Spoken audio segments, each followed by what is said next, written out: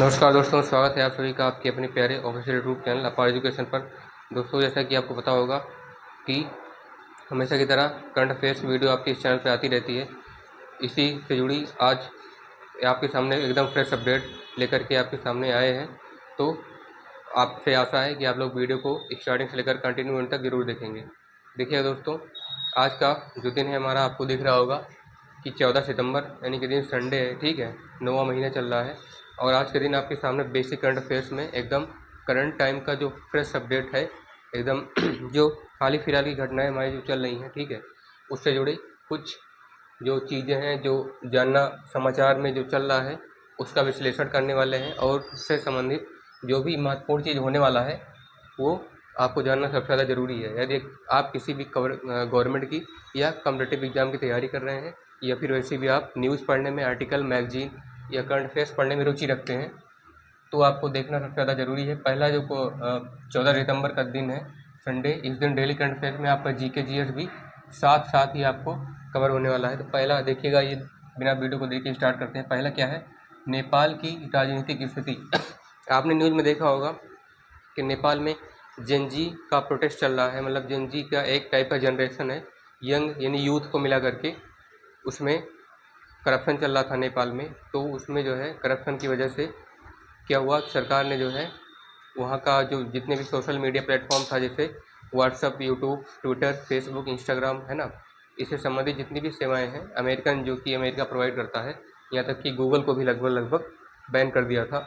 तो वहाँ के यूथ में इससे ज़्यादा और प्रतिरोध, मतलब इस भड़क उठा वहाँ पे हिंसा। ये जो विरोध प्रदर्शन चल रहा था वो अचानक हिंसा में बदल गया। ये भड़काने वाला काम किया गया वहाँ की जनता ने। लेकिन सरकार ने भी कुछ करप्शन किया था, सरकार की तरफ से भी हुए थे, जो कि सरकार ने अभी, नेपाल की सरकार ओली ने हाल ही में इस्तीफा भी दे दिया और वहाँ पे कोई नई महिला प्रधानमंत्री को नियुक्त किया गया है। तो जो है, आइएगा जानते हैं कि क्या है ये पूरा लगभग थोड़ा शॉर्ट में समझते हैं। तो नेपाल की राजनीतिक स्थिति में ये इंटरनेशनल इशू इसलिए माना जा रहा है, अंतर्राष्ट्रीय, क्योंकि हमारे भारत का एक तो पड़ोसी देश है नेपाल, आपको पता होगा। और पड़ोसी देश होने के साथ साथ यानी कि ये एकदम पूर्व पूर्वी में आता है, ठीक है।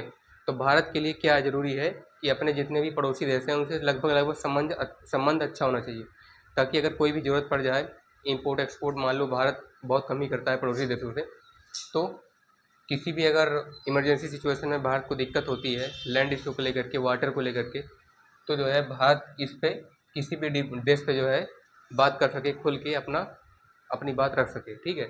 तो नेपाल में क्या चल रहा है कि नेपाल में भ्रष्टाचार, भाई भतीजावाद और डिजिटल सेंसरशिप के खिलाफ देश भर में हुए हिंसक विरोध प्रदर्शनों, जिसमें जेनजी आंदोलन, प्रधानमंत्री केपी ओली शर्मा ने इस्तीफा दे दिया, ठीक है। अभी क्या हुआ, नेपाल में भ्रष्टाचार हुआ, जो हमने आपको बताया, करप्शन लेकर के वहाँ पे सोशल मीडिया ऐप्स बैन हो गए थे। युवाओं ने प्रदर्शन किया, जब सरकार नहीं मानी तो ये लगभग हिंसा का रूप ले लिया, ठीक है। एक वायलेशन हो गया, एक वायलेंट प्रोटेस्ट हो गया, ठीक है।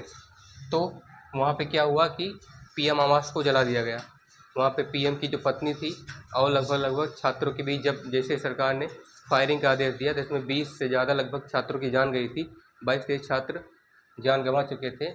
और ये जो है विरोध हिंसा में भड़क उठा और पीएम आवास को जला दिया गया। उसमें क्या हुआ कि जो भ्रष्टाचार है उसी को बताया जा रहा है कि नेपाल में जो भ्रष्टाचार है, भाई भतीजावाद है, डिजिटल सेंसरशिप के खिलाफ देश भर में हुए हिंसक विरोध प्रदर्शन, जो जेनजी आंदोलन है, ठीक है, एक यूथ द्वारा एक वायलेशन टर्म में इसमें लिया गया है, जिसको बताया जा रहा है जेनजी का आंदोलन, ठीक है। जो कि सरकार की जो है गलती थी यहाँ पे। अगर सरकार थोड़ा ध्यान देती तो ये सब ना होता। तो जेनजी का एक आंदोलन, यानी कि उस यूथ जनरेशन का जो कि वायलेशन में बदल गया, ठीक है। तो प्रधानमंत्री के पद, जो कि प्रधानमंत्री कौन थे वहाँ के, केपी ओली शर्मा ने ये लगभग सही डिसीजन नहीं ले पाए। और इन्होंने क्या किया, जब वो हिंसा हुई, ने पीएम आवास को जला दिया गया। इसमें पीएम की पत्नी यानी केपी ओली शर्मा की पत्नी भी इसमें जो है उसी आग में जल गई, लगभग उसी पीएम आवास में, ठीक है। तो उसको क्या किया, इस्तीफा दे दिया गया। इस पृष्ठभूमि में नेपाल की पूर्व मुख्य न्यायाधीश सुशीला कार्की, यानी कि जो नेपाल की पहली न्यायाधीश रह चुकी हैं, मुख्य न्यायाधीश, उनका नाम क्या है, सुशीला कार्की। इनको देश की पहली महिला अंतरिम प्रधानमंत्री नियुक्त किया गया। ठीक है, पहली महिला अंतरिम प्रधानमंत्री, यानी कि नेपाल में अभी तक कोई महिला प्रधानमंत्री नहीं हुई है, तो उन सभी महिलाओं के लिए ये प्रेरणा है सुशीला कार्की, इनको पहला महिला प्रधानमंत्री जो है नियुक्त किया गया है। ठीक है, तो ये रहा आपके सामने नेपाल की राजनीतिक स्थिति का विवरण, जो कि आपने न्यूज़ में देखा भी होगा और पता भी चल गया होगा आपको कि एकदम शॉर्ट में समझाया गया है। आइए आगे बढ़ते हैं, क्या है ज्ञान भारतम सम्मेलन 2025, ज्ञान भारतम समिट 2025। ये एक इनिशिएटिव है, अभियान है। ठीक है, एक पहल है, एक अभियान है जो कि चालू किया गया है, भारत में शुरू किया गया है। आइए जानते हैं कि ये कहाँ पे शुरू किया गया है और इसके उद्देश्य क्या क्या है, हम लोग इसे पॉइंट्स में समझेंगे। ठीक है, पहले जानते हैं कि ये कहाँ शुरू किया गया है। नई दिल्ली में, अपना जो दिल्ली भारत की राजधानी है, वहाँ पे 3 दिवसीय भारतम सम्मेलन, यानी कि लगभग 3 दिवस तक चलने वाला भारतीय जो सम्मेलन है वो 2025 का आयोजन है, नई दिल्ली में किया गया है। इसके महत्वपूर्ण बिंदु क्या है, इसका मिशन क्या है, इसका लक्ष्य क्या है, ठीक है, उद्देश्य क्या है ज्ञान भारत मिशन का। पहला है, यह मिशन राष्ट्रीय पांडुलिपि मिशन 2003। ये जो मिशन है ज्ञान भारत मिशन, ये राष्ट्रीय पांडुलिपि मिशन, इस मिशन को जो कि 2003 में चलाया गया था, ये ज्ञान भारती मिशन राष्ट्रीय पांडुलिपि मिशन 2003 का विस्तार और सुधार है। यानी कि इस मिशन का एक्सपेंशन, विस्तार है, सुधार यानी कि इम्प्रूवमेंट है। कौन मिशन? ज्ञान भारतम मिशन। और वो उस मिशन का है राष्ट्रीय पांडुलिपि मिशन, जो कि 2003 में चलाया गया था, लगभग सफल हो चुका था। लेकिन इसका और विस्तार करने के लिए और इसमें कुछ गलतियां हुई थी, उसको सुधारने के लिए ज्ञान भारतम मिशन चालू किया गया। दूसरा क्या है, इसका उद्देश्य 1 करोड़ से अधिक पांडुलिपियों को कवर करना है। यानी कि जितने भी लोग हैं पांडुलिपि से संबंधित, उसमें 1 करोड़ से भी ज़्यादा लोग जो कि पांडुलिपि के बारे में जानते हैं, ठीक है, उनको कवर करना है, उन सबको इसमें जोड़ना है और इसका विस्तार करना है, उन लोग के साथ मिल करके उसको सुधारना है। ठीक है, जो कि ज्ञान भारतम मिशन काम कर रहा है, राष्ट्रीय पांडुलिपि मिशन 2003 में, जो कि चालू किया गया था। ठीक है, फिर क्या है, इस मिशन का model archaeological survey of India ASI के समान होगा। यानी कि भारत में एक आर्कियोलॉजिकल सर्वे ऑफ इंडिया, ठीक है, ये चालू किया गया था, लगभग 19वीं सेंचुरी में स्टार्ट किया गया था। ठीक है, तो ASI यानी कि archaeological survey of India, Bharat में एक सर्वे चला गया था जिसके तहत ये पता लगाया जा रहा था कि भारत में लगभग कितने ऐसे के लोग हैं जो लगभग पढ़े लिखे हैं, साक्षर निरक्षर हैं, या जनसंख्या की दृष्टि से भी देखा जा रहा था, क्षेत्रफल की दृष्टि से भी देखा जा रहा था कौन सा राज्य जो है सबसे ज़्यादा है। ठीक है, तो उसमें आर्कियोलॉजिकल सर्वे के समान ये जो है मॉडल है, इस मिशन का मॉडल क्या है, आर्कियोलॉजिकल सर्वे ऑफ इंडिया के ही जैसा होगा, और स्मारकों के लिए वही ज्ञान भारतम मिशन पांडुलिपियों के संरक्षण के लिए होगा। यानी कि जितने भी स्मारक बने हुए हैं उसके लिए जो ज्ञान भारतम है मिशन है, ये पांडुलिपियों के प्रोटेक्शन के लिए, उनके संरक्षण के लिए होगा। आइए जानते हैं इसका लाभ क्या है, एडवांटेज क्या है। ठीक है, तो भारत की ज्ञान परंपरा, ये जो ज्ञान भारतम मिशन है, इसका लाभ है क्या, पहला लाभ ये है कि भारत की ज्ञान परंपरा और सांस्कृतिक विरासत का संरक्षण करेगा। भारत में जो नॉलेज ट्रेडिशंस चल रही हैं हर एक धर्म की, ठीक है, उनको कल्चरल विरासत यानी कल्चरल हैरेसमेंट, कल्चरल जो है हियर जो मिला है उसको क्या करेगा, उसका प्रोटेक्शन करेगा, उसका संरक्षण करेगा। ठीक है, उसके बाद विद्वानों और शोधकर्ताओं के लिए सुलभ एवं डिजिटलीकृत संसाधन होगा। जितने भी लोग विद्वान हैं, ठीक है, सबसे ज़्यादा जिनको ज्ञान है, जो शोधकर्ता हैं, जो रिसर्चर हैं, विद्वान जो स्कॉलर हैं, और उनके लिए क्या होगा, ये सुलभ होगा, एकदम आसान होगा उनके लिए ये जानना, उनके लिए लाभकारी भी होगा। और डिजिटलीकृत संसाधन है, यानी कि इसको डिजिटल के माध्यम से भी आजकल आपको पता होगा कि डिजिटल सबसे ज़्यादा चल रहा है, तो इसको डिजिटल के माध्यम से क्या होगा, उपलब्ध कराया जाएगा, संसाधन होगा। ठीक है, फिर राष्ट्रीय एवं राज्य स्तरीय संरक्षण का सहयोग के साथ नेटवर्क का निर्माण करेगा। राष्ट्रीय एवं राज्य स्तरीय संरक्षण यानी कि पूरे नेशनल लेवल पे, पूरे देश पे, ठीक है, और राज्य स्तरीय यानी कि एक एक राज्य को भी मिला करके ये क्या करेगा, उसका संरक्षण करेगा। क्या कर रहे थे कि ज्ञान भारत जो मिशन है, हमने उसको जाना पॉइंट में क्या है कि इसका लक्ष्य क्या है, ठीक है, कहाँ पे आयोजन किया गया, इसका कितने दिनों तक किया गया, इसका लाभ हम जान रहे थे।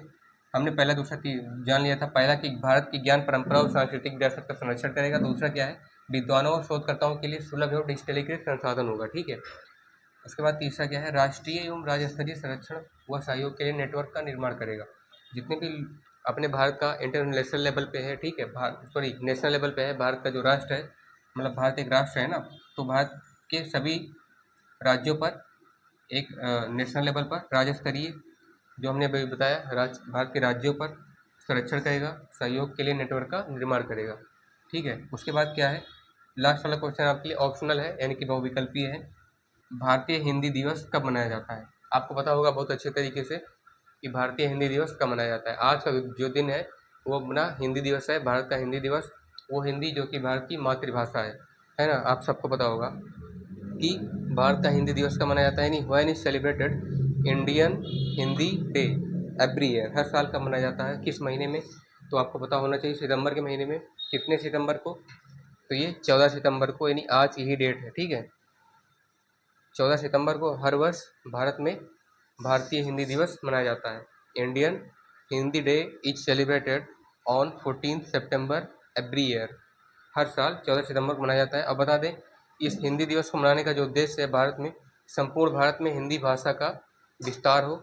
अपनी जो संस्कृति है, सभ्यता है, उसके साथ हम लोग अपनी मातृभाषा को भी ना छोड़ें। आपको पता होगा कि हिंदी हमारी नेटिव लैंग्वेज है, ऑफिशियल लैंग्वेज है, जिससे हम लोग बोलते हैं। ठीक है, अपने यूपी में ही नहीं, अपने भारत के लगभग जितने भी राज्य हैं, हर एक राज्य में संविधान में भी आर्टिकल 343 आप लोग देखेंगे, अपना जो संविधान है उसमें आर्टिकल 343, जिसके अनुसार भारत में हिंदी भाषा को एक मातृभाषा के रूप में, एक ऑफिशियल लैंग्वेज, एक अस्थायी भाषा है जो कि ऑफिशियल लैंग्वेज के रूप में उसको सम्मान किया गया है, उस जो है उसको भारत के संविधान में दिखाया गया है। ठीक है, तो दोस्तों आशा कर है हमें कि आपने स्टार्टिंग से लेकर के कंटिन्यू एंड तक वीडियो को देखा होगा, समझा होगा पॉइंट टू पॉइंट। अगर चीज़ें समझ में नहीं आई हैं तो आप लोग को दोबारा जो है स्टार्टिंग से लेकर के एंड तक कंटिन्यू देख सकते हैं। ठीक है, तो दोस्तों इसी वीडियो के साथ हम आपसे नेक्स्ट वीडियो में मिलेंगे। तब तक आप लोग पढ़ते रहिए, मस्त रहिए। बहुत बहुत धन्यवाद आपका।